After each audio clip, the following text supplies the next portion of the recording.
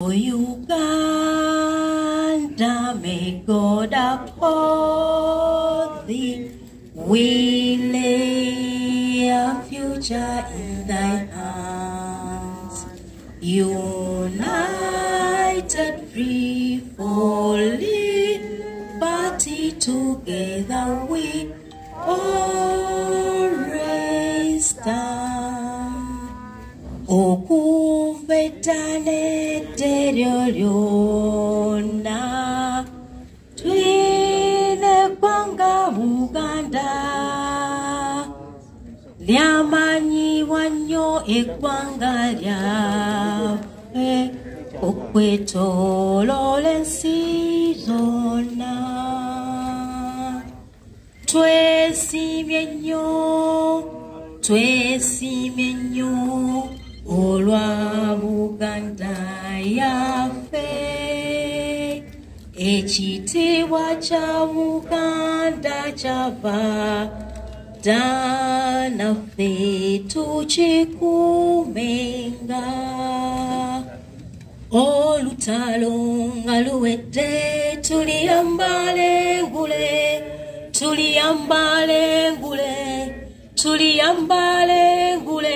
Olutalo nga luwedde tuliyambale ngule, tulizimba mu Uganda empya. Bunyoro itala tukugonzanyirwe abana behanga abakutamwe Soga anthem. Tuli bakabinyo yenga twesimye nnyo.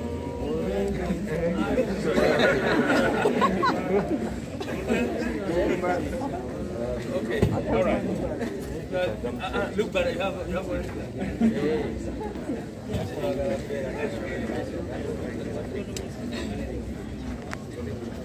Let's humble ourselves for a word of prayer. Heavenly Father, we are here before you. We are here as National Unity Platform leaders. We are here with our President, the year 2022. This is the first press conference that we are holding as leaders of this nation. Heavenly Father, we pray for your wisdom. We pray for your guidance. We pray for your direction as we lead the people of this country. Heavenly Father, we are going to be leaders who will always ensure that we shall instill mindset change in the minds of Ugandans. We shall lead the struggle without fear or favor. We shall speak for and on behalf of the people of this country. In your name we've prayed. Please be seated.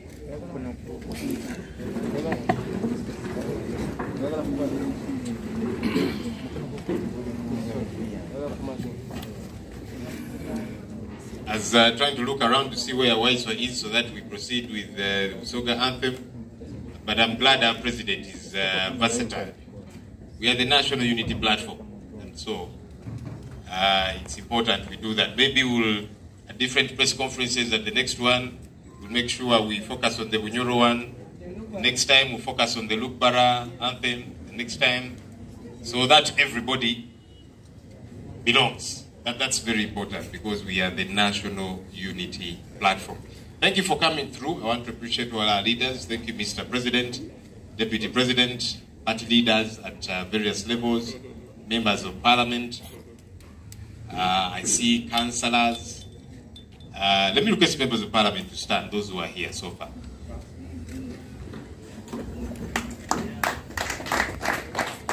Thank you for coming. We expect a lot more English in parliament this year, a lot more Zoganyation this year. Please be seated. Let me request councillors who are here to stand. Okay, thank you for coming. Let me request foot soldiers who are here, please stand. Okay, and they are a lot more busy doing a couple of things. Thank you for coming through. It's the first time that we have this press conference in this new year. 2021 was a tough year, that's for sure, tough in many respects. We went through an election that was like a military operation. People died. People were killed brutally by the regime. Many are still nursing injuries, including folks from the media, by the way, because many of you got beaten as well, simply for doing your job. We have hundreds of supporters who are still in jail today, simply because they decided, we want to support NUP. You have put an election in place, let everybody support whoever they want to support. And they supported NUP, and they were bundled up and arrested. Many for simply wearing t-shirts that have an image of Bobby Wine or NUP colors and symbols. Many were arrested for wearing this beret that I am wearing, which beret belongs to People Power and the National Unity Platform. You know, severally we kept hearing people in UPDF saying, no, that is our beret, you can't wear it. And I challenged them. I said, okay, so if this beret belongs to you, you wear it. Because they came here to our headquarters and they stole our berets, t-shirts, and many other things. So they have those berets. If they belong to them, these ones, why don't they wear them? I've never seen any of them wear this beret. Because it does not belong to them. It belongs to us, of People Power and NUP. Of course, as that gets to happen, you see regime propagandists like Andrew Mwenda the other day wearing full military attire. And it is okay. You know, it is okay. He has gotten people to justify it and to even support it, like this son of Museveni, to say, it is okay. So that's the kind of country that we are living in. But we thank God we are alive.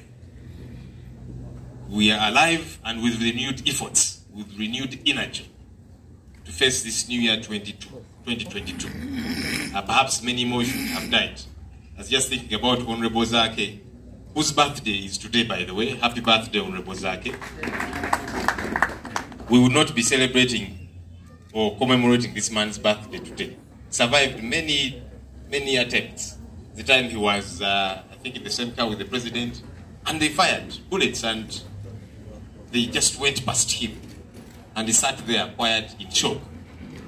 So we thank God we are alive. That means God still has work for us to do in this country. And so we must renew our energies. We must renew our efforts. We must rally everything that we have to see that we push for change. Yesterday, we met our parliamentary team. We had a parliamentary caucus meeting together with the party leadership to renew our efforts and to see how we use that platform a lot more. There's a lot that happened last year in Parliament, as you could see. We want to take it to the next level, to use Parliament as a platform to push for change in this country. And as the party leadership, will be meeting our leaders at various levels. We'll be meeting the councillors, of course the mayors. We have several of them. We'll be meeting the councillors. We'll meet our mobilizers across the country to see how we reignite ourselves, how we reinvigorate ourselves. Because now more than ever, we realize change must happen. For those that had doubts, last year as we were campaigning, some were saying, things are not as bad yet. You have realized things are moving from bad to worse to the worst. And so we must do everything possible, all of us as a people, to see that change gets to happen. I'm going to invite our leader, our president, to come and address us. You're welcome, Mr. President.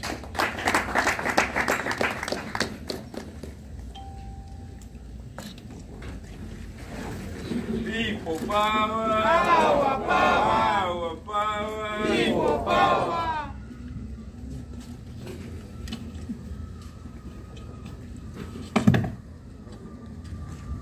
Thank you very much, Comrade Joel. People power! Our power! People power. NUP! Everywhere! NUP. Please take your seats, ladies and gentlemen. First, I want to thank you, members of the press, for always responding to our call. You're such a factor in magnifying our voices and making sure the world gets to know what is happening in Uganda in real time. We don't take you for granted, friends, because we know you do your job under tough circumstances. I also want to thank Comrade Goreti for giving us such a good, warming prayer, and to remind all of us that we are all Ugandans. But again, we all belong to different ethnicities. We salute all of them. And it's important that we learn all the anthems. We are the National Unity Platform, and we should be seen to reflect every ethnicity. We should be seen to embrace every ethnicity. So I want to call upon all leaders and all members. In fact, I want to challenge them to learn all the anthems of all ethnicities. It is important that we are seen to be national and to be all embracing. Ladies and gentlemen, I want to welcome all of you from the year 2021. It was a bloody year. It was an aggressive year. It was a murderous year. Many of our comrades did not make it to 2022. Others entered 2022 either in hospital or in prison. We continue to stand with them. It's on the same note that I want to wish Comrade Honorable Zake a happy birthday. You're a symbol of resilience. You're a symbol of not giving up. We celebrate you, brother, and we love you. We wish you a happy birthday and many more years to come. Ladies and gentlemen, we can't go any further without giving a comment on the plight of our people, the continued abductions. Even as we speak right now, many of our people are being abducted. Many are being tortured. The brutality continues. And it's not only for members of the National Unity Platform. As you all know, a renowned writer called Kakwenza Rukirabasaija was abducted, and later it was established that he's being held by the state. Was held in Communicado, reportedly tortured. Even when the court ordered for his unconditional release, the junta refused to release him. We all learned yesterday that he was arraigned before court without the knowledge of his lawyers and family and remanded. I am convinced that they did all this to cover up for the torture marks. As you all remember, when I was arrested in Arua, I was badly tortured. My family and lawyers were kept away from seeing me. They injected me with all manner of steroids to ensure that the swelling goes down, to ensure that they kind of cover up for the torture that they had inflicted on me. So I'm convinced that they're doing all this to cover the shame. They don't want the journalists to have a look at Kakwenza, so that the next time he shows up, there's no very clear evidence that he has been tortured. This is the same thing that has been done to comrades like Karanzi, who was beaten so badly and dropped into Chitalia like many others. We continue to stand with him. As you all know, and it has been very well mentioned by Comrade Honorable Senyonyi, that there has been double standards and criminality with security operatives. Many hundreds of our people are in prison for either wearing a t-shirt or any paraphernalia that belongs to NUP and People Power. But most importantly, many people have been arrested and detained for wearing the beret that I'm wearing. Interestingly, even when I'm with 100 people and a few of us are wearing berets, they are going to arrest everybody apart from me. Why? Because they think that you are focusing more on me or the outstanding leaders and not the common people. We challenge them to arrest us and take us to court because they know that I wear this beret. They know that members of parliament wear this beret. They see us wearing it. But they cannot arrest us because they will not convict us, because there is no law that bars us from wearing this beret. It is not theirs. And Honorable Senyonyi has eloquently challenged them to wear the beret if it is indeed theirs. Ladies and gentlemen, I want to mention something very important that is happening in our nation. Besides the stolen election, and besides the shameless altering of the will of the people of Kayunga, where you all saw that all declaration forms were present, and it was clear that Museveni, even after keeping me under house arrest, was resoundingly defeated. They altered the voice of the people, and they announced a different candidate. This was supposed to be the lowest level of shamelessness. But as we always mention, Museveni has a bottomless pit that he descends in of shamelessness. You all have heard the new proposal to take away the power of the people from electing their leader. Friends, it all begins like a joke.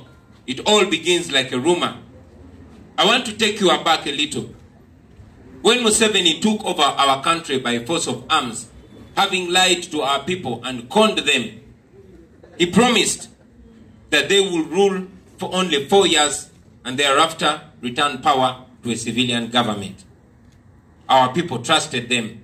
But in 1989, Museveni, using the NRC that he had controlled, just like he controls the parliament today, they again extended their mandate.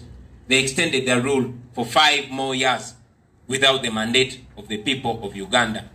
Because we had just emerged from war, our people had not clearly understood the hypocrite, the liar, and the conman that Museveni is. Accepted. And it went on like that.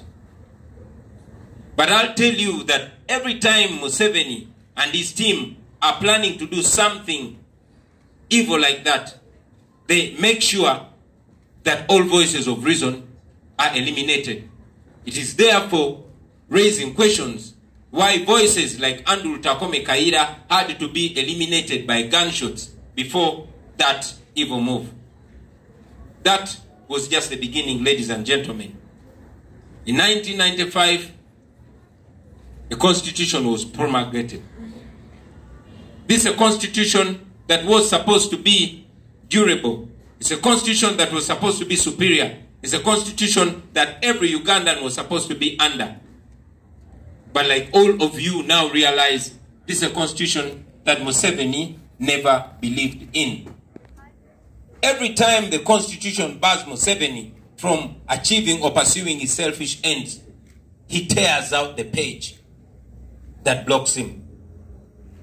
In 2005, all of you remember that Museveni, using bribe and intimidation, had term limits removed from our constitution. And yes, you remember that many voices of reason died in the years preceding 2005. That was the first break. It was the first control that was removed from our constitution. Ugandans did not rise up as aggressively as they should have raised up. Why? Because maybe they had hope. And indeed, many of us were still young, and we did not know the kind of hypocrite and liar that Museveni is.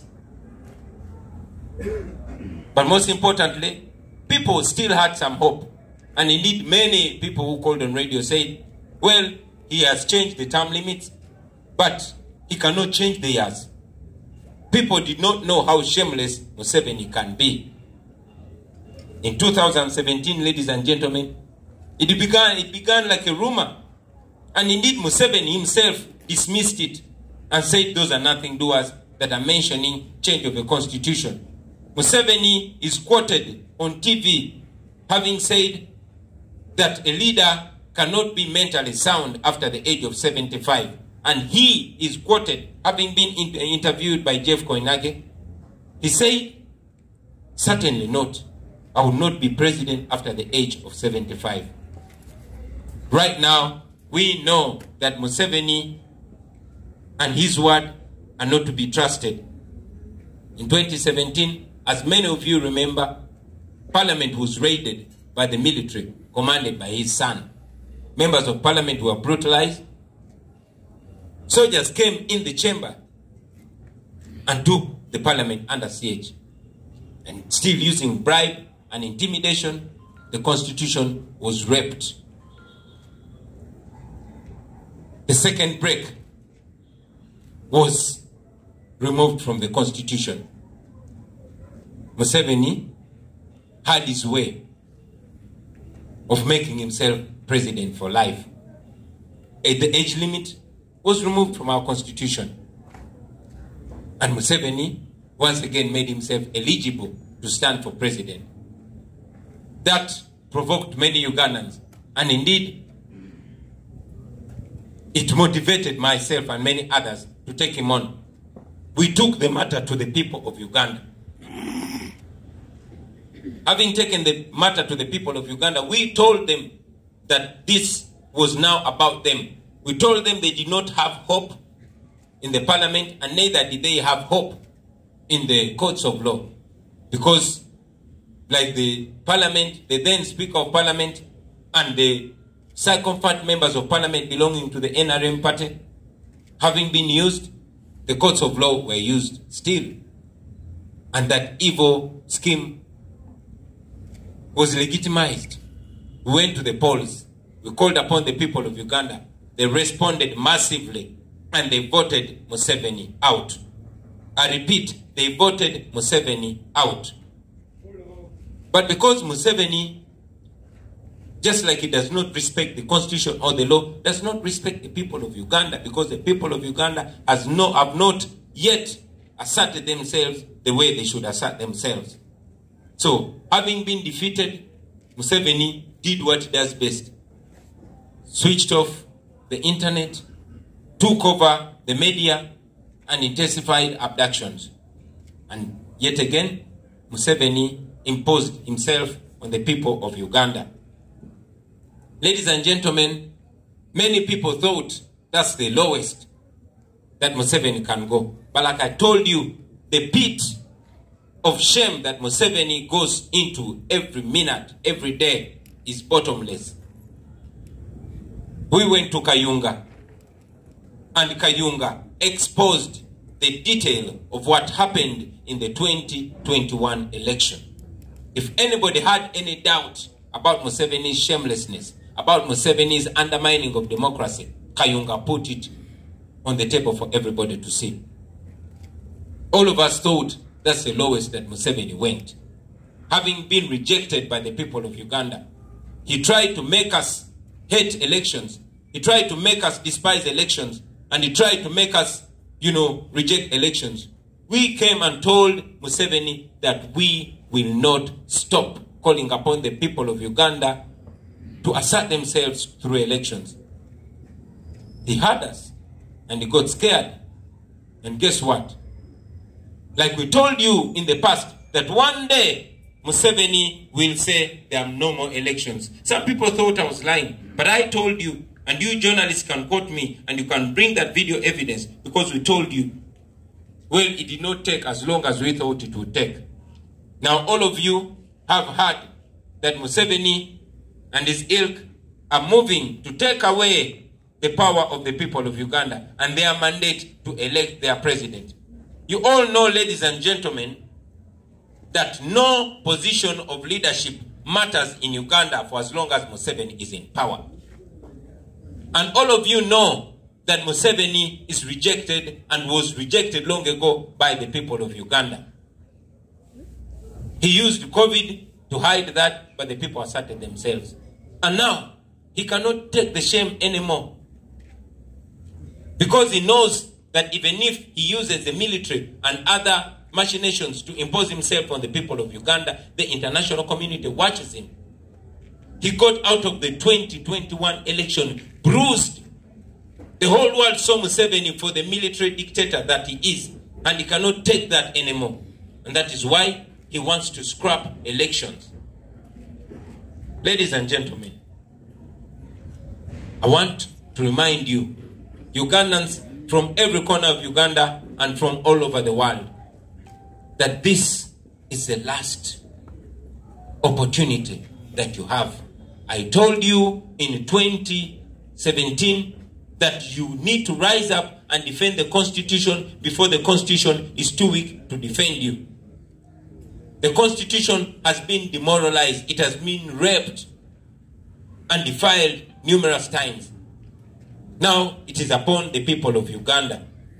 So it is now that I want to call upon all of you, the people of Uganda.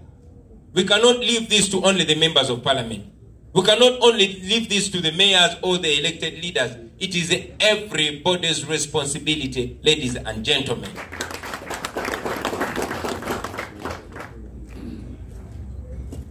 All of you now, it's no longer a secret that Museveni is trying to impose his spoiled son on the people of Uganda. And it is clear to him that the people of Uganda have rejected him and his spoiled son.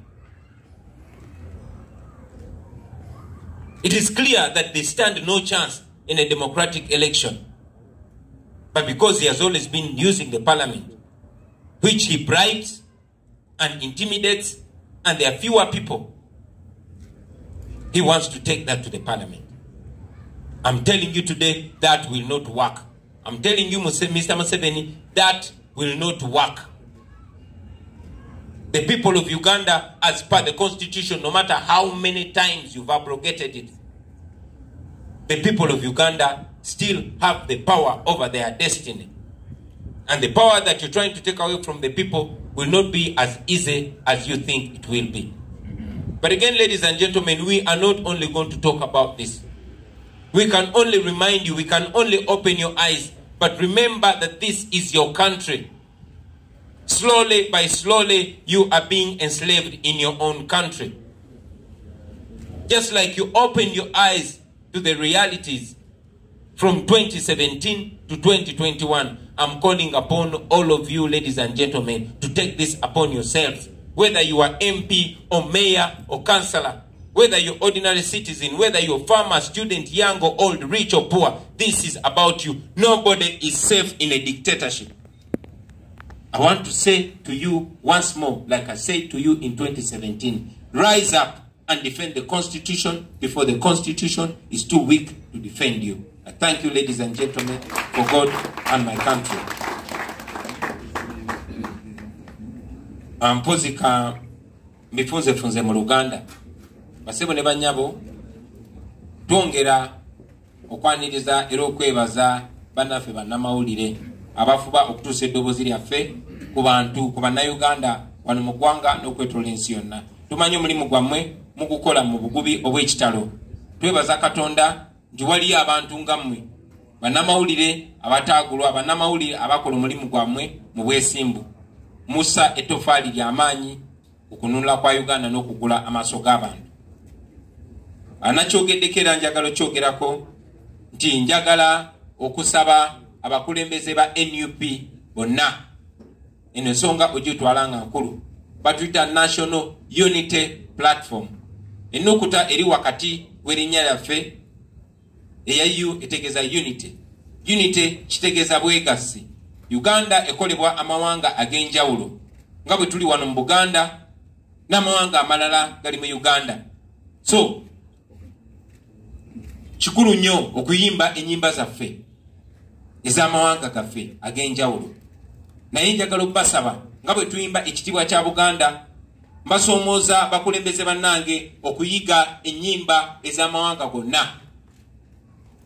Ng'omukulembeze nafuba okuyiga ennyimba ez'amawanga gonna, olw'Ebunyolo, olw'Ebusoga n'amalala.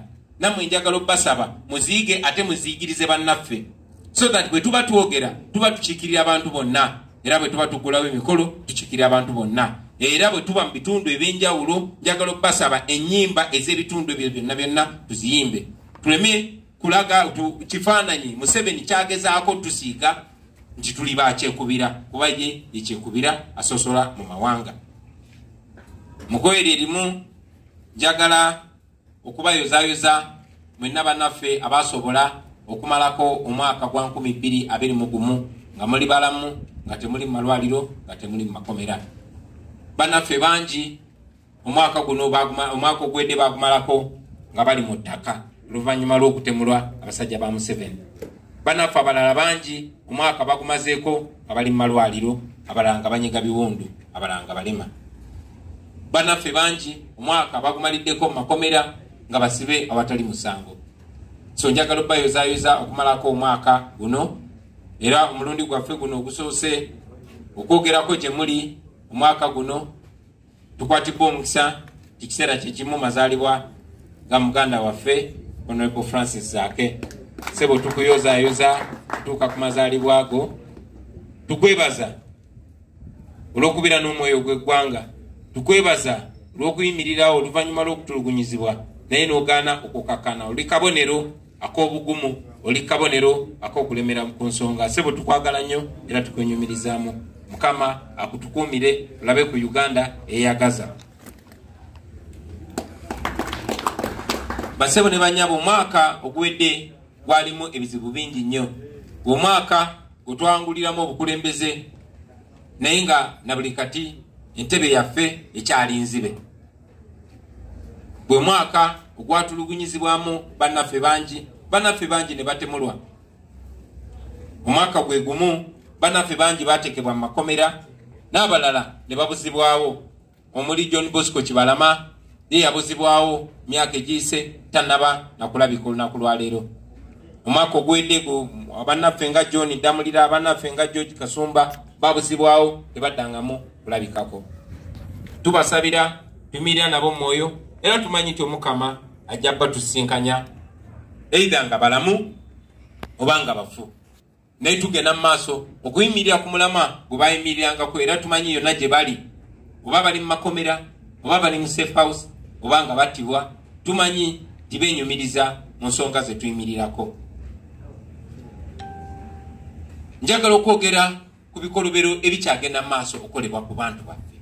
Abantu baffe bakyagenda mu maaso n'okuwambibwa n'essaawa eno gye twogererako. Abantu baffe bakyagenda mu maaso n'okutulugunyizibwa. Ate bannayuganda bonna si just ba NUP nga bangi bwe mulabye omwandiisi omukukutivu gwe bayita Kakwenza Lukira Basajja yawambibwa n'atulugunyizibwa, oluvannyuma ne kitegerebwa nti ab'ebitongole bikuumaddembe baali bamukutte mu bumenyi bw'amateeka ne bamusiba ebbanga erisukka wiiki, ekintu ekimenya amateeka. Naye okubalaga nti eno gavumenti ya Museveni eyamusibira mu bbwa tekyayina nsonyi, ne kooti ne bwe yalagira okuyimbulwa kwa Kakwenza tebamuyimbula. Baazimula kooti, ekiragiro kya kooti, era twategeezebwa olunaku lwajjo nti baamuggyeeyo kipayopayo nga bannamateeka be tebamanyi n'abafamire nga tebamanyi, ne bagenda ne bamugulako omusango ogw'okutawaanya Museveni ne mutabani we, era ne bamusiba ekitalya. Ekyo nno kirage mwenna bannayuganda aba NUP n'abatali nti tewali ali safe. Tekibakwatako buli wa kibiina ki, tekibakwatako buli wa myaka emeka, tekibakwatako buli wa ggwanga ki. Buli munnayuganda ali mu buzibu bwe tuba nga tukyafugibwa nakyemalira. Ekyo nno kyongedde ate n'okwoleka obukuusa naddala mu bikotongole ebikuumaddembe. Amagye gaavaayo ne gagamba nti eno enkofiira gye twambala tiyaabwe, era ne bangi nnyo bannayuganda bakwatiddwa olw'okwambala enkofiira eno. Mwana twe ekyewuunyisa ne bwe mba n'abantu 100 bajja ne bakwata abo ze ne bandika ate nga gye nyambadde. Bakimanyi bulungi nti ababaka ba parliament bambala enkofiira eno, bakimanyi bulungi nti njambala era njiyina. Lwaki nze tebankwata? Bano abantu bagezaako kussa okutya mu bannayuganda abalala, ffe nga batutaliza. Munajjukira nti ne bwe baatuyoola wamu ne bannange ekalangala, bo babatwala mu kkomera ekitalya ne bamalayo ebbanga erisukka ekitundu ky'omwaka. Naye ate nze banvuga buvuzi ne banziza ewange. So ekyo kibalage wa bwe tuli nti Mwami Museveni ebitongole byonna yabyonoona, ebikola mulimu gwabyo wabula bikola mulimu gwa mulemeza mu buyinza. Otwogerera abannayuganda bannaffe boogeddeko bangi ababuziddwawo, naye ate naye akasembayo okubuzibwawo ye muwandiisi waffe owa NUP ow'e Kasese gwe bayita Masereka Samuel, we yabuziddwawo tetunnamanya wagyali. bazze abasajja ne drone ne bamujja ewuwe ne bamubuzaawo tetunnamanya wajali nga bwe mbagambye tyebyo ebikolobero tebikomanga bigenda mu maaso era genda mu maaso basebo ne banyabo paka nga nakyemalira Museveni tumaze okumugoba ate ng'ogwo mulimu si gwaffe ffeka nga aba NUP wabula gwa bannayuganda bonna abaagala okweyagalira mu nsi yaabwe. Ebyo nga mbyogedde njagala essira leero okulisimba ku nsonga enkulu ennyo. Basebo ne banyabo mwenna nkakasa balinawo mwawulidde nti oluvannyuma lwa Museveni okuwangulwa mu kalulu akawedde, oluvannyuma lw'okuswala n'oluvannyuma lw'okukola ebikolobero byonna kati baleese ekiteeso eky'okuggyako bannayuganda obuyinza okwerondera pulezidenti w'eggwanga. Ekyo Museveni akikola kubanga bannayuganda baamubonereza oluvannyuma lw'okukyusa constitution baamubonereza ne bamugoba ne bagaana omulonda ne balonda nze era njogera nabo nga pulezidenti waabwe kuba nze gwe baalonda. Ekyo no Museveni kimuluma era okubonereza bannayuganda yabagambye kakati kankola ate ekisembayo kambajjeko obuyinza muleme kulondanga obuyinza buze mu parliament. Ebyo nno bannange bitandikanga ebyokusaaga naye Museveni amaliza akoze ekyobuswavu ekisembayo. Njagala obbajjukiza titekitandise kati. Mwana Museveni bwatyo bwabadde ekyennaku abasinga twali bato abalala mwali temunnabakuzaalibwa naye bino yabitandika dda. Kinajjukirwa nti mu 1986 emyaka kati 36 egiyise Museveni n'abayeekera be nga bakawamba eggwanga lyaffe nga bamaze okulimbalimba bazadde baffe ne bajjajja baffe tibagenda kuzaawo nfuga y'amateeka tibagenda kuzaawo eddembe mu bantu okwesalirawo n'okwerondera abakulembeze baabwe. Museveni byali bigambo bye mu mwaka gwa 86 bwe yagamba nti bagenda kufugira emyaka 4 bamale bazze obuyinza mu mikono gy'abantu ba bulijjo. Naye mu mwaka gwa 1989 Museveni ng'akozesa era akagurupu akatono akali mu parliament ebiseera ebyo nga bagita NRC bakuŋŋaana wakati mu batiisatiisa n'obbagulirira ne bakyusa ekigambo kyabwe ne beeyongezaayo okutufuga emyaka 5 nga tebafunye lukusa kuva mu bannayuganda. Ate baganda bange njagala mufumiitirize nnyo mwe abanoonyereza mujja kusanga nga Museveni ne banne buli we baba bagenda okukola ebikolwa eby'obuswavu ng'ebyo abantu oba amaloboozi agaba gagoberera ensonga ge basuubira nti gajja bawakanya abantu abo bafa mu ngeri etannategeerekeka. Njagala olwaleero mwebuuze ng'ekyo tekinnabaawo kyajja kitya nti abantu nga Andrew Takome Kayira baatemulwa nga bakubwa amasasi oluvannyuma ne bajja ne bayisa ekiteeso ekyo nga teri abakuba konsolobotto. Tekyakomaawo twakola constitution mu mwaka gwa 1995. E constitution yali ekabalinga bannayuganda bonna bye baagala. E constitution yali erina okubeerawo era buli munnayuganda nga ne Museveni mwali yalina okubeera wansi wa constitution eyo. Constitution ye ssemateeka, etteeka erifuga amateeka gonna, etteeka erifuga bannayuganda bonna. E constitution twali tulina ogiwa ekitiibwa newankubadde Mwami Museveni ye yakulembera gavumenti eyakola constitution eyo. Mwami Museveni yali takkiriza mu mateeka era takkirizangako mu constitution. Ekyo tuze tukiraba kubanga buli constitution weetuuse ng'emukugira okukolayo ebyayagala olwo olupapula nga aluyuzaamu wakati mu buswavu. Munajjukira nti constitution yali eteekawo ekkomo ku bisanja nga president alina okufugira ebisanja 2 naye era mwenna mujjukira nti ekiseera bwe kyatuuka nga Museveni afuze ebisanja bye nga biweddeyo. Museveni yaleeta ekiteeso era kyatandika nga luvuuvuumo, kyatandika nga kyakusaaga. Nzijukira nali ne munnange omu ebiseera bye twali bayimbi mu Agenwa mwaka gwa 2004 yansinkana n'angamba waayi bantuukiridde nga balina omulimu gwe njagala mbakolere. Omanyi akozeseza nnyo abayimbi ebiseera bingi wakati mu butamanya. Kyalinga kyakusaaga naye yakiyisa mu luvuuvuumo okumaliriza ng'aguliride abaka ba parliament yabawa $5,500 ez'ebiseera ebyo ng'atiisiza era ng'abantu abaali bamuwakanya bangi mu abanoonyereza mujja balaba bagenda bafa mu nfa etategeerekeka. Museveni yamaliriza akoze ekyobuswavu ekirala era ne bakyusa ssemateeka ne bajja ekkomo ku bisanja. Museveni yagenda maaso ne yeesimbawo. Bannayuganda bangi kyabayisa bubi ne kubanga baali bakyalinayo essuubi ettono era abangi baali boogera abakuba amasimu ku radio nga bagamba asobola okukyusa kale ekkomo ku bisanja naye anezza buto anakyusa emyaka kubanga ssemateeka yali eteeka ekkomo ku myaka era nga bannayuganda bamanyi nti ekyo kyekyobuswavu Museveni kyasembyeyo okukola era nga bali bagumu gyoba oli awo tajja kukyusa myaka gye. Baali bakyamu kuba Museveni okulaga obunnanfusi bwe n'obulimba n'obulyake mu mwaka gwa 2017 yagenda maaso wakati mukozesa eryanyi wakati mu kugulirira nali mu parliament ekiseera ekyo era abaka ba parliament bonna babasindikira $2,29,000 abamu kuffe ne tuzigaana era ne tuzibakuba bangi bazirya naye abo abaagaana yabaleetera amagye. Mwena mujjukira nti amagye ga SFC galumba parliament ne tulwanagana nabo ne bakuba ababaka bangi ne batereranga.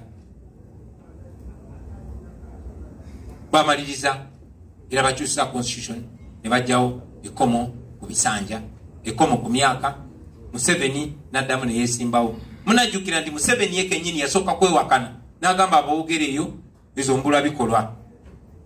Era Museveni mumujjukira nti yabeeranga ku TV ne ku radio nga yeegaana n'amaaso ge ng'agakanudde nga batera okukola ne yeegaana. Era bannamawulire mujjukira nti Museveni bamuinterviewinga munnamawulire omunakenya gwe bayita Jeff Koinange yamuinterviewinga Museveni mu bigambo bye n'agamba ekyo tekisobola kubeerawo era n'awa n'ensonga nti omukulembeze bw'asukka emyaka 75 obwongo bwe buba bufuuse buyabayaba era kyasobola kukulembera abantu. Oyo ye Museveni eyakulembera okukyusa constitution omulundi omulala. Museveni yeddemu ne yeesimbawo wakati mu buswavu. Twagamba bannayuganda nti Museveni engeri gy'akoze kino kakati essuubi liri mu mmwe bannayuganda. Twakibagamba mu 2017 ne tubagamba essuubi lyammwe temulisa mu parliament kuba parliament mpambe. Ne tubagamba essuubi lyammwe temulisa mu kooti kuba ekisiga eddamuzi nalyo pambe. Era oluvannyuma lw'okikola mu parliament bannaffe bagenda mu kooti naye wakati mu buswavu ne kooti nayo nekkiriza nti Museveni afuge kuba mpambe.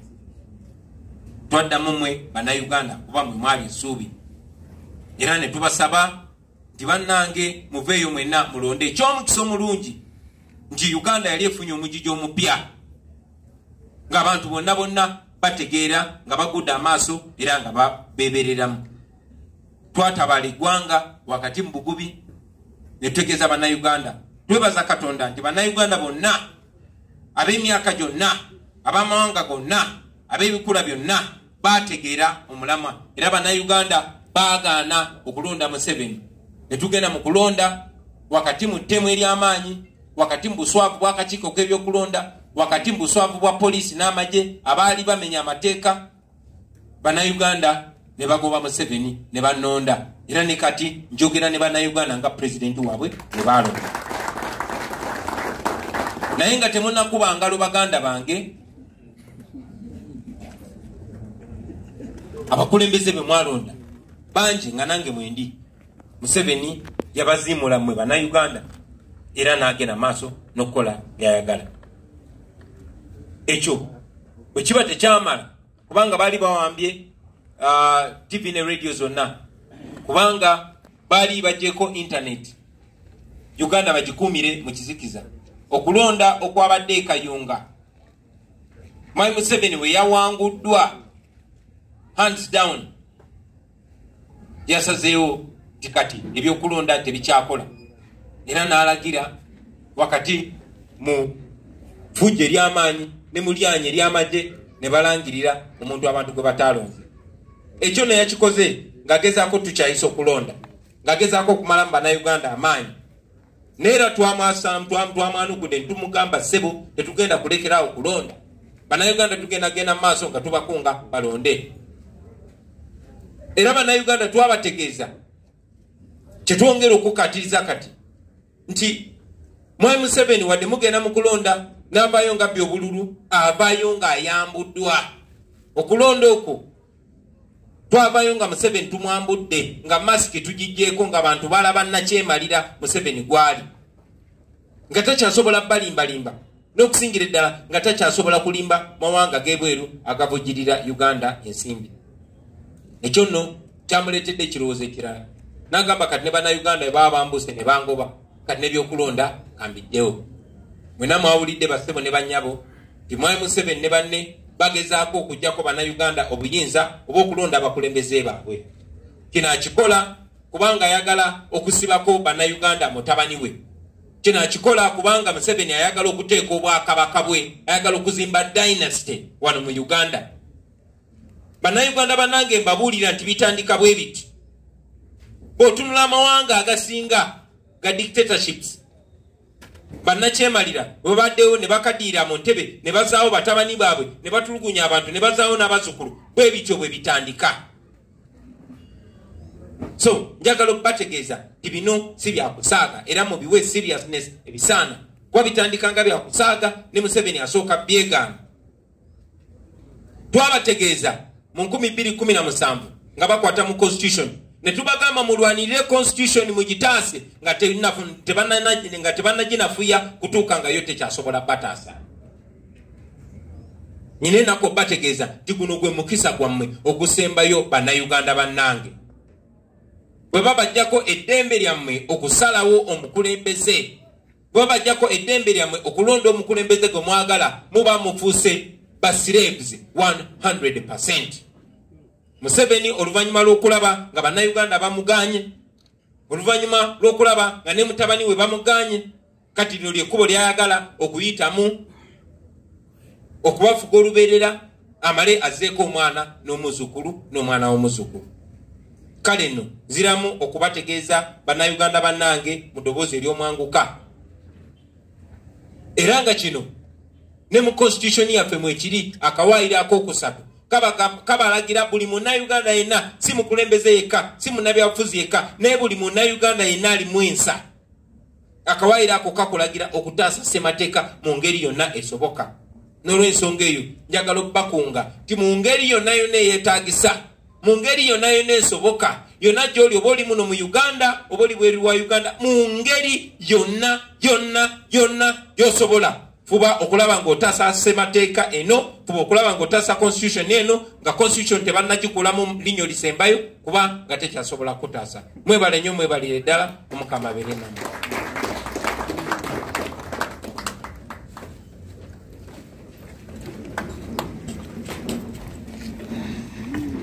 Thank you, Mr. President. Please be seated. We will invite quick questions from folks in the media.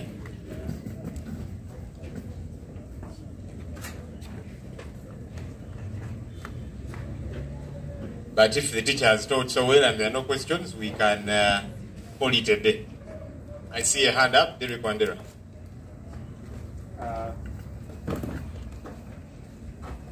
Thank you, Senyoni.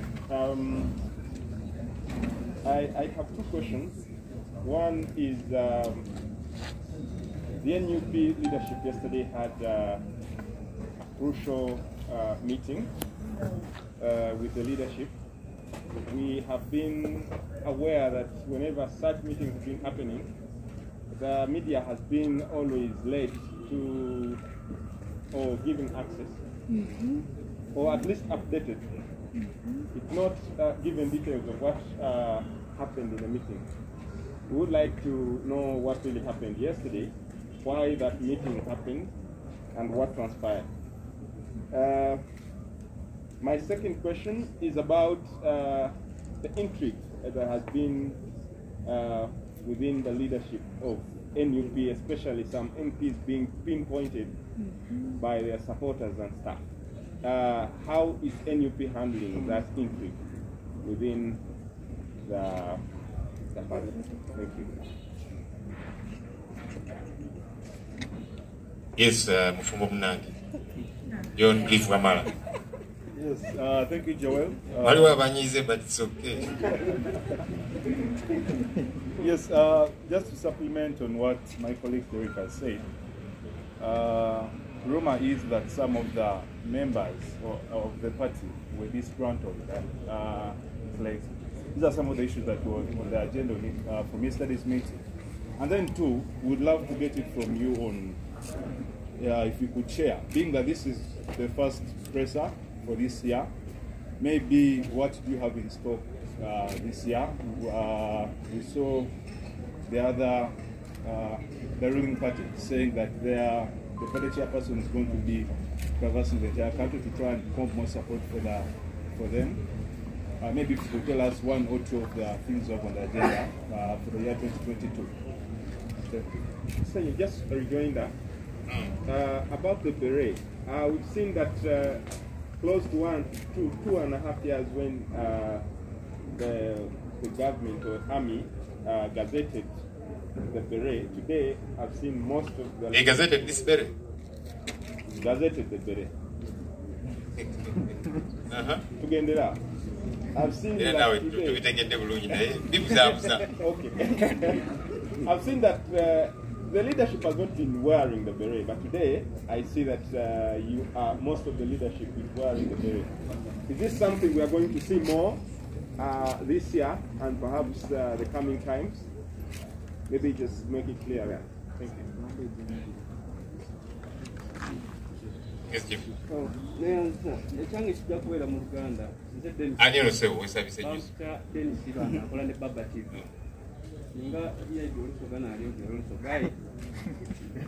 Ndi wa mukisa nti ndabyeko abaka ba parliament ab'ekibiina kya NUP ekigenda mu maaso omukulembeze wa NUP atugamba nti be bagenda okubeera n'obuyinza okusalawo ekintu kino ekyokulonda omukulembeze w'eggwanga. Mbadde ndowooza nti njagala okulyako from the members of parliament bennyini ab'ekibiina kino ekya NUP, what is their take specifically ku kintu kino ekigenda mu maaso bo bakirowoozaako because be bagenda okubeera n'obuvunaanyizibwa. Oyagala buli mubaka muyite wano mwakazindaalo atuwulire nti yes or no.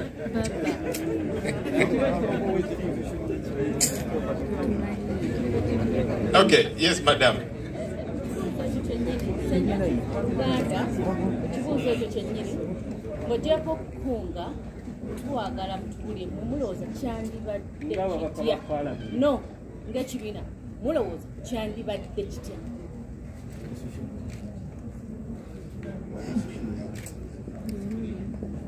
Okay. Buuza ebimu nno byangu yabyambako president mulekere ebizibu. So for starters, our take as MPs, okay, I'm an MP, let me and also spokesperson of the party to which the MPs belong.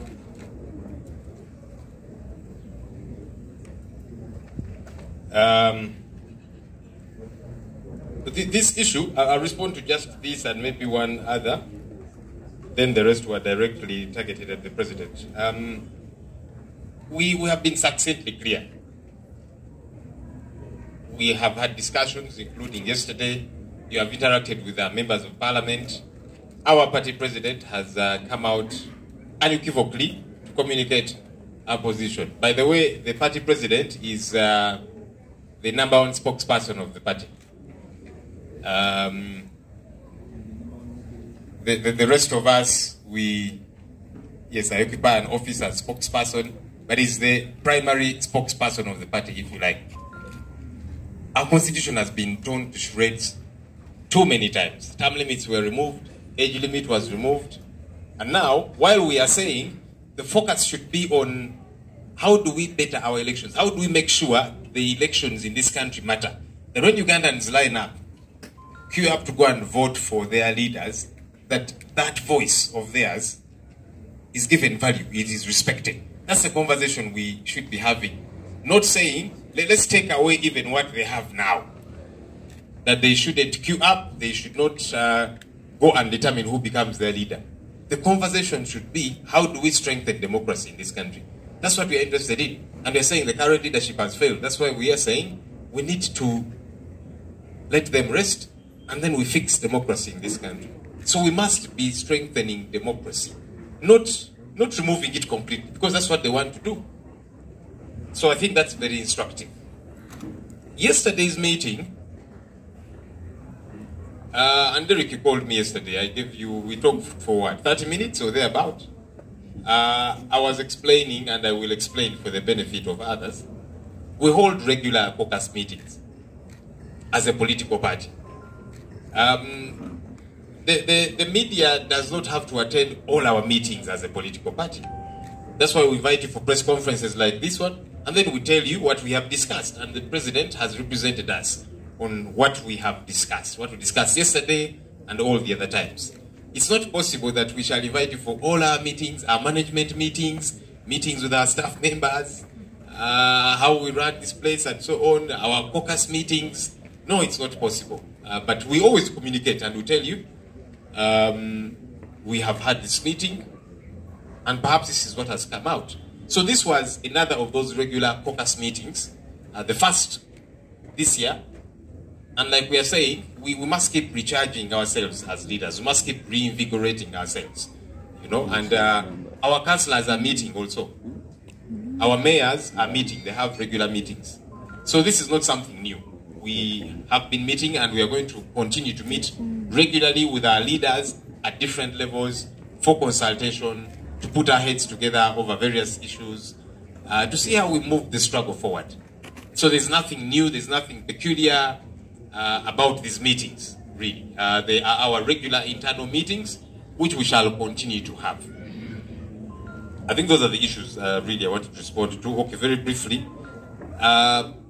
Ensonga eya Mwami Museveni ne banne kibagezaako kukola ogamba nti bannayuganda twagala bajjako buyinza obulonda pulezidenti waabwe abatwala. Ffe nga NUP tuze tukyogerako era olwaleero tukikaatiziza nti ng'eggwanga essira tulina kulissa ku tunyweza tutya ensonga za demokrasiya. Olwedde ssemateeka yaffe gamba abantu bagende balonde ani agenda okubakulembera. Kakati tulina kunyweza eddoboozi ery'abantu abo abagenze ku makya ne bakeera mu nkuba mukasana ne basimba ennyiriri ne balonda, eddoboozi lyabwe eryo liweereddwa ekitiibwa. Ye conversation gye twagala okubeerako, twagala ekyo kinywezebwe. Waga bannayuganda bagenda ne balonda kugamba kye basazeewo ne bakikyusakyusa, mwalaba ekyali e Kayunga. Kati tugamba nti twagala eddoboozi ly'abannayuganda abo. Bagamba nti kakati tutadde awulu waffe mu ballot box, ono gwe tusazeewo gwe twagala, ekyo twagala kiweebwe ekitiibwa. So sigamba nti kakati n'ekyo tukijjewo. Nedda bannange mutubaleemuko. So ffe tukiwakanya. Tugamba bannayuganda abo balina okubeera n'obuyinza okusalawo ani anaabakulembera, ate ekyo kye basalawo bannayuganda kirina okuweebwa ekitiibwa. So bino Mwami Museveni byagezaako okukola, kubanga kati tulina polling stations mu ggwanga lyonna 3,310 n'okusobamu. Kakati Mwami Museveni agamba nti nze kakati njagala polling station emu yokka wali mu parliament. Titugenda bikkiriza ebyo. Olwedde zino mulaba byakola. Of course zimukyankalanya nagezaako okubba nabba. Kakati zimulemeredde ayagala kugenda ku polling station emu. Gavana Uganda ekyo tukiwakanye. By the way, tulina examples. Bannaffe wano ku muliraano e Kenya mu biseera bya Moi mujjukira, naye yalina kyemalira. Ekiseera kyatuuka banna Kenya bonna baayogera n'eddoboozi ery'omwanguka ne bagamba ekimala. Bannabyabufuzi, bannaddiini, abakulembeze mu nnono, professionals, abantu ba bulijjo, bonna temwalimu byabufuzi kibiina naki, bonna baayogera n'eddoboozi ery'omwanguka ne bagamba ssebo muzeeyi Moi ekimala. Moi n'awummula. Kyetulina okukola wano e Uganda. Let me say that in English. We here in Uganda have examples to pick from. Our neighbors, Kenya, they had a totalitarian leader called Daniel Toroitich Arap Moi. A time came and they said, you know what, enough is enough. And all of the Kenyans spoke with one voice. There was no party, this party, the other party. All of them, political leaders, religious leaders, cultural leaders, professionals, ordinary people, all the Kenyans at the time said, Arap Moi, enough is enough. All of them, they united. And in 2002, the man had to step aside. We must be able to do that here in Uganda. It's no longer an NUP issue. No. It's for all of us, including those in the NRM, by the way. Because they are grappling too. They're struggling with one challenge too many. I'm a member of parliament. I've been getting so many calls, including from NRM supporters. Now children are going back to school. Now school fees. Now, you know, they call us, including NRM supporters. When they go to hospital and there's no doctor, now honorable help us. Now, you know. So everybody is interested in change. It's no longer an issue of NUP. Ensonga eya, yes, olunaku lw'eggulo twabadde ne meeting eya parliamentary caucus yaffe. Meeting zino tubeeranga nazo buli kiseera tusisinkana ne tuwayamukko ne tugatta ebirowoozo ng'abakulembeze kya bulijjo kibeerawo. Of course meeting zino si nti buli meeting tujja kuyita bannamawulire babeerewo, tekisoboka munnange. Ne bannamawulire tubeeranga nammwe tubayita press conferences nga zino ne tuwayamukko nammwe mutubuuze ebibuuzo tubabuulira ebivudde mu meeting zaffe ez'enjawulo. So meeting zo zibeerawo. Ne wano ku kitebe kyaffe tubeera n'ezi meeting n'abakozi baffe staff members tetuyita bannamawulire. Meeting gye ziri eza parliamenti, eza meya, eza councils naki era abakulembeze baffe tubakubiriza okusigala nga basisinkana. Kubanga buli bw'osigala ng'osisinkana nga mugatta ebirowoozo nga mutema empenda. So kitwabaddeko olunaku lw'eggulo. Meeting yaffe yasoose nga parliamentary caucus eya NUP okugatta ebirowoozo. Okweza obujjo okwezaamu amaanyi kubanga omwaka gwe tubaddemu gubadde muzibu katutandise omupya nga twagala tukutandike n'amaanyi n'obuvumu. So kitwabaddeko olunaku lw'eggulo. Let me invite the president to respond to the other issues. You're welcome, sir. And to address these ones to agree.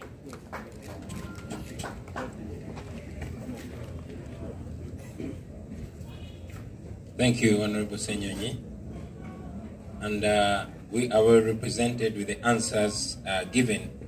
Just to add on about Museveni's efforts to take away the power of Ugandans to elect leaders. It is not the first time that Museveni was rigging elections. All of you saw him rig the 2016 election, which many Ugandans, including myself, are convinced that Museveni was defeated. And our reason for taking up the mantle was because we saw the need to defeat Museveni unequivocally, unquestionably, which we did. And that's why you saw unprecedented levels of brutality and violence. It has never happened where a presidential candidate has to campaign with a bulletproof. Drones had never been seen before. They were introduced and the like. But nevertheless, we defeated him. But Museveni did not stop there. He went ahead now to disregard the voice of the people, not indirectly, not using any more intelligence and reasoning. As you saw in Kayunga, I think that closes it. So now it goes back to the people, because now he sees an absolute need to take away the power of the people, the mandate of the people. But again, I will remind you that the Constitution, no matter how violated it has been, the Constitution as it is still gives power, all power to the people of Uganda, and it still provides for an adult suffrage election. And that is what Museveni is trying to run away from. About the intrigue or purported intrigue within NUP. I tell you, friends, that many times those are results of propaganda, which propaganda is many times sponsored by the regime itself to draw wedges within the forces of change. But again, you cannot just dismiss all rumors, you cannot just dismiss all information that comes to you. Like we've said it severally, we continue to stand by our word, and we say we shall see all people by their actions. about the beret. This is not a military beret. This is a people power beret. And that is why you have not seen or will not see anybody convicted for wearing this beret. Because they know that they use the military just like they use the police to play politics. But again, I will tell you, friends, that while they are arresting people for wearing this people power beret, recently all of you saw Andrew Mwenda wearing a full military uniform, walking into a fighter plane with fully uniformed soldiers. And all of you must have seen a statement by the army spokesperson, Brigadier Flavia Bekwaso, who said that Andrew Mwenda will apparently be investigated. But a short while later, Museveni's son, just like Gaddafi's son used to behave, just like Saddam's sons used to behave, he came out and closed all the investigation with a mere tweet. He said it's okay. While the same person one time tweeted and said this beret belongs to them. While the same person has been spearheading abductions under the pretext that they're putting on army uniform, that are having military stores. While many Ugandans, even those that did not put on the beret, were abducted, tortured in military cells, and forced to put on this beret, which is not a crime, and their pictures taken, Andrew Mwenda's case was closed by a mere tweet from Museveni's son, literally saying, I am the state and the state is me. And I can guarantee you, you will not hear the military spokesperson saying anything more about it. You will not hear the DPP say anything more about it. That is what happens when the nation has been captured by one dictatorial family.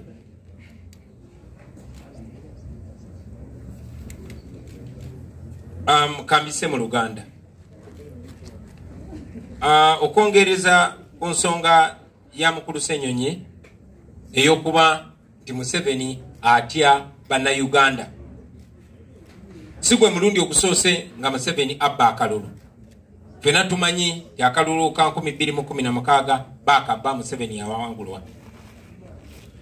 Naye twasalawo twenyigire mu kalulu kuba twayagala tukunge bannayuganda mu nkunga eyali tebangawo. Era twayagala tuwangule Museveni mu mpangula etabangawo. Abulwe kye yeekwasa. Era bwe bwe twakola. Era tikibewunyisa lwaki wabawo ebikolobero ebitabangawo. Lwaki wabeerawo ettemu eritabangawo. Lwaki ne campaign basigana ekyali kitabangawo. Kubanga Museveni yali alaba ekitabangawo era nga atidde ebitabangawo. Twali tetulabanga ku drones wamba abantu ne batandika obbawamba. Bali tebajjanga ku street ne batandika kusanjaga abantu mwakiraba. Era teyakomaawo. Ebyokulonda bwe twabimutamya ne batuuka okubba mu nziba etaliimu yadde n'obwongo akatono. Naye nga bwe nabagambye ekyekayunga kyamala eggobe mu kibya. Kakati ayagala okujjawo okulonda kubanga n'okubba kati tukufuula kuzibu nnyo ku saidi ye.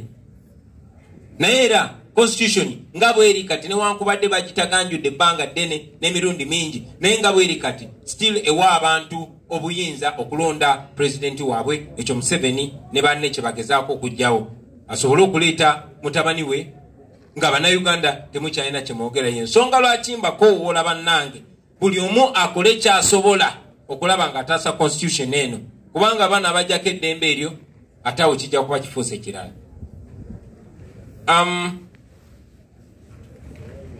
Omuntu omulala buzza kulumagana okugambibwa okubeera mu NUP. Nja bategeeza bannange nti okulumagana okwo oba okwogerwako ebiseera ebisinga oyo aba propaganda oba ziba ngambo ezitaliiko mutwe n'amagulu. Ate ng'ebiseera ebisinga ziteekebwawo gavumenti ya Nakyemalira, kuba Nakyemalira akkiriza nti amawulire tegookya mutima era ayagala abawule yabule awo asobole okubagonza oba okugulako abamu. Naye ate era njagala obajjukiza ng'Abaganda bwe bagamba nti ow'olugambo alaba ekimutta kwe kuwaayiriza. So tetusuula byonna biba bitugambiddwa. Tuzze tubagamba basebo ne banyabo era tugenda maaso n'obagamba nti buli muntu tetujja gendera ku bigambo bye wabula tujja balabiranga ku bikolwa byabwe. N'ekisembayo ekyenkofiira zaffe zino zetwambala, zino enkofiira tetuzambala mu bumenyi bw'amateeka. Ensonga lwaki tewali muntu gwe baali batadde mu kooti oba tewali muntu gwe basobola kusimba mu kooti omusango ne gumusinga ogw'okwambala enkofiira zino kubanga si musango. Ensonga lwaki nze Kamakoogera tebankwata ngako ne bansiba lwa nkofiira eno era ne bwe batulumba nga tuli ne bannange bawamba abo abatamanyiddwa nze ne bantaliza kuba bamanyi tebalina musango gwe bayinza kunzigulako ne gunsinga. Naye ng'ekyo okitadde ku bbali wakati mu tukijjanya nga bagamba twambala enkofiira bo ze bayita ez'amagye. Mwenna mwalabye Andrew Mwenda ng'ayambadde ebyambalo eby'amagye full uniform ng'ali n'ab'amagye ng'ayingira mu nnyonyi ey'amagye. Era wakati mu buswavu bwe twakyogeddeko bwe kyatambudde ku mutimbagano n'emikutu gy'amawulire egy'enjawulo, omwogezi w'amagye gwe mmanyi nti talina yadde n'ettondo ly'obuyinza ayogera bye bamugambe ne bw'aba amanyi nti bya butumbaavu oba bya buswavu, yavuddeyo n'afulumya ekibaluwa namutayiika n'agamba Andrew Mwenda bagenda munoonyerezaako kubanga tamanyi oba talina bukakafu nti oba engoye ze babadde yabambadde z'amagye. Wayiseewo akaseera katono mutabani wa Museveni mu nkola emu ne batabani ba Saddam ne batabani ba Gaddafi ne batabani ba Mobutu ne batabani ba bannakyemalira bonna nga bwe babadde bwe bazenga bakola, mutabani wa Museveni yavuddeyo ensonga yo n'agiggala ng'atwitinga butwitinzi n'agamba Andrew Mwenda talina musango kubanga muganda we yamuyise bro. Ekibajjukiza ti Andrew Mwenda kubanga muganda wa Kayanja Muhanga era kubanga alina oluganda ku Muhoozi ye Munnayuganda wa njawulo. Bannayuganda bambita batemuddwa, Bannayuganda bangi bali mu makomera nga babalanga okwambala enkofiira ya people power, naye ye yayambadde ekyambalo kirambo ekyamagye ng'ali n'abamagye abamukubira saluti ng'ayingidde mu nnyonyi y'amagye. Mutabani wa Museveni ekyo n'agamba tewali musango tewali nsonga. Era njagala obbakakasa ti omwogezi w'amagye yabunidde, tagenda kubaako kyayongera kwongera ku nsonga eyo. Omuwaabi wa gavumenti talina kyajja kyogerako.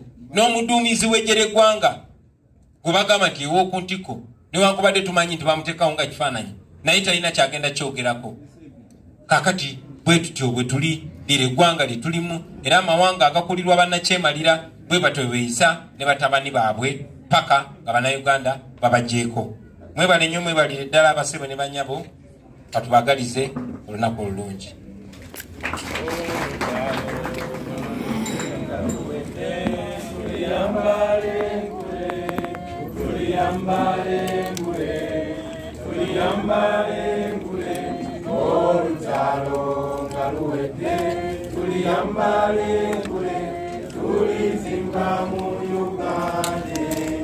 When the struggle is over, we shall wear the victor's crown. We shall wear the victor's crown. We shall wear the victor's crown. When the struggle is over, we shall wear the victor's crown. In the new Uganda. People power. Gamba kuruliwa, tuyajwale chirunga. Tuyajwale chirunga, tuyajwale chirunga, olugamba luliwa. Tuyajwale chirunga, tuyashemererwa mu Uganda. People power, our power, our power. People power. NUP everywhere, everywhere. NUP. Thank you.